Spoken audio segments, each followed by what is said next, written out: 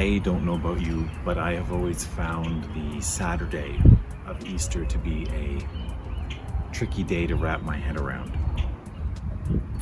It's the day after Jesus' sacrifice, the crucifixion, and it's the day before Jesus' victory over that death, his resurrection. Do we pause in the anguish and the anger, the sadness of the Friday? Or do we just skip ahead because we know Sunday's coming?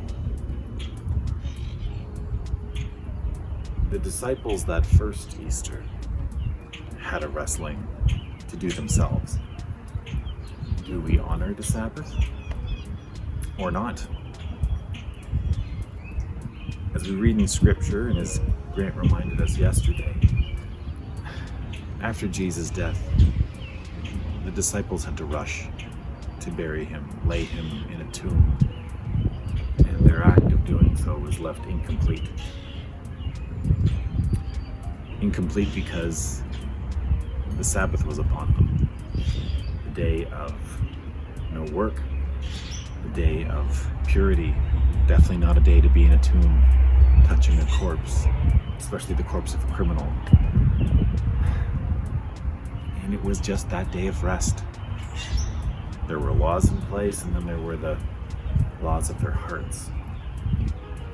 And so they had to be in that tension.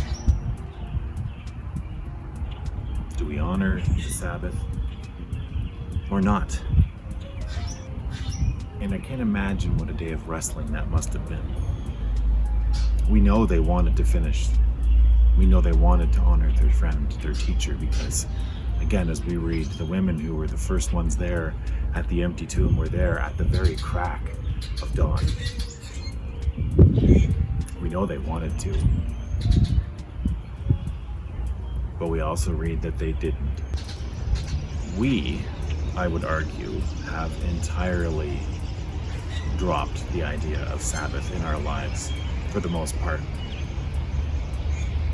When the disciples said, "No, we can't, not today," we have blown right past and without a second's thought say, "Yes, because I just want to," or because I need to.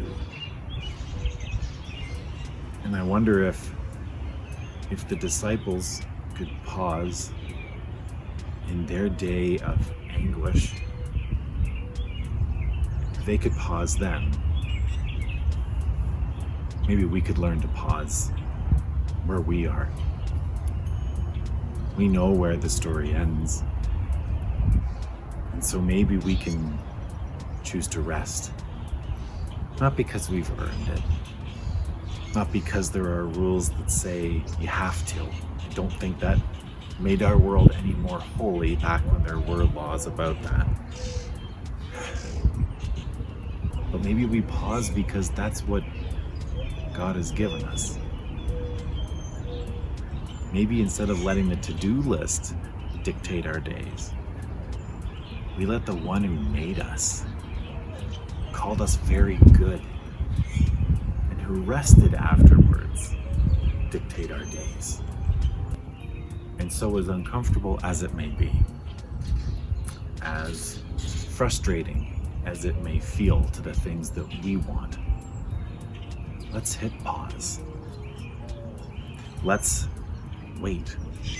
Again, not because we have to, not because we've earned it, but because we've been given this gracious gift.